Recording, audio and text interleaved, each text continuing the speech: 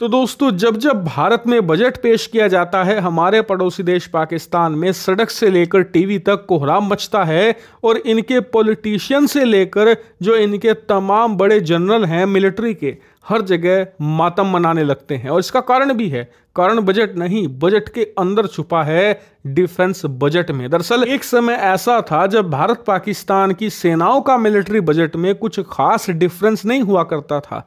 Even एक बार तो ऐसा भी हुआ था जब पाकिस्तान का मिलिट्री बजट भारत से आगे भी निकल गया था। लेकिन धीरे धीरे भारत ने अपने मिलिट्री बजट को तेजी से बढ़ाया और इतना ही नहीं, उल्टा पाकिस्तान के साथ तो ये हुआ कि उनकी जैसे जैसे अर्थव्यवस्था कमजोर होती चली गई वैसे वैसे उनकी सेना का बजट भी श्रिंक होता चला गया। और इसका परिणाम ये आज हुआ है कि भारत और पाकिस्तान के मिलिट्री बजट में लगभग 6 से लेकर 7 गुना का डिफरेंस आ चुका है। जी हां, और ये लगातार डिफरेंस तेजी से बढ़ता ही जा रहा है। लेकिन पाकिस्तान के मामले में तो ये बढ़ा है, चीन के मुकाबले में इसमें इतनी ज्यादा तेजी नहीं आई है और इसीलिए इस बार का डिफेंस बजट हिट और मिस ही रहा है। यानी कि पाकिस्तान के मामले में तो सुपर हिट है लेकिन चीन के मामले में मिस है। मैं ऐसा क्यों कह रहा हूं आप खुद अपनी स्क्रीन पर देख सकते हैं। दरअसल इस साल भारत के वित्त मंत्रालय ने तीनों सेनाओं के लिए करीबन 6,21,000 करोड़ रुपए का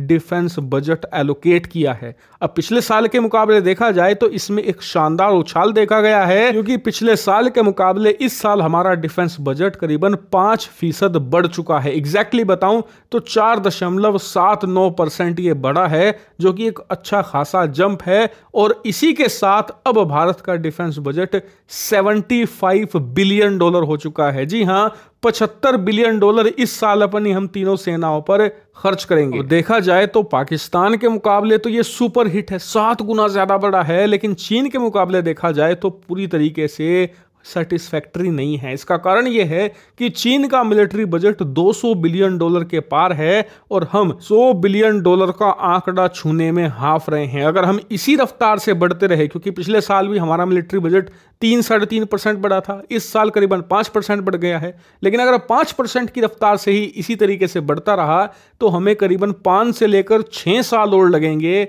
100 बिलियन तक अपने बजट को ले जाने में। यानी कि लगभग 2030 तक इस रफ्तार पर हमारा मिलिट्री बजट $100 बिलियन के पार जाएगा, जो कि बहुत निराशाजनक है, बहुत ही ज्यादा कम है ये। क्योंकि अब से 10 साल पहले ये बात कही गई थी कि भारत का मिलिट्री बजट $100 बिलियन होना चाहिए, लेकिन हम इसे 40 से खींचते खींचते सिर्फ 75 तक ही लेकर आए हैं और अभी भी हम $25 बिलियन शॉर्ट हैं अपने इस टारगेट को पाने में। और आपको बता दूं, यही $25 बिलियन है जो हमारी सेनाओं के मॉडर्नाइजेशन में सबसे बड़ी राह का रोड़ा है। क्योंकि अगर सरकार इस $25 बिलियन को भी सेना के लिए एलोकेट कर देती है ना, तो इसी से हथियार खरीदे जाएंगे। क्योंकि बाकी का जो $75 बिलियन हम जारी कर रहे हैं ना, उसमें से मैक्सिमम चला जाता है सैनिकों की सैलरीज में, इसके अलावा पेंशन्स में और सेना को मेंटेन करने में। उसके बाद बहुत ही कम पैसा बचता है सेनाओं के लिए नए हथियार खरीदने में। लेकिन अगर ये 75 से लेकर सीधा 100 या फिर 90 भी हो जाए तो उस 15-20 बिलियन डॉलर में हम सेना को 2-3 सालों में ही पूरी तरीके से रेवोल्यूशनाइज कर सकते हैं। सेनाओं के लिए नए हथियार खरीदे जा सकते हैं। वहीं डिफेंस एक्सपर्ट इस बात से ज्यादा निराश हैं कि इस साल तो आम लोगों पर टैक्स भी बढ़ाया गया है, चाहे कैपिटल गेन शॉर्ट टर्म का हो या लॉन्ग टर्म का, हर तरीके का टैक्स उसमें बढ़ाया गया है। अन्य चार्जेस भी जोड़े गए हैं, यानी कि सरकार की कमाई ज्यादा होगी टैक्स से।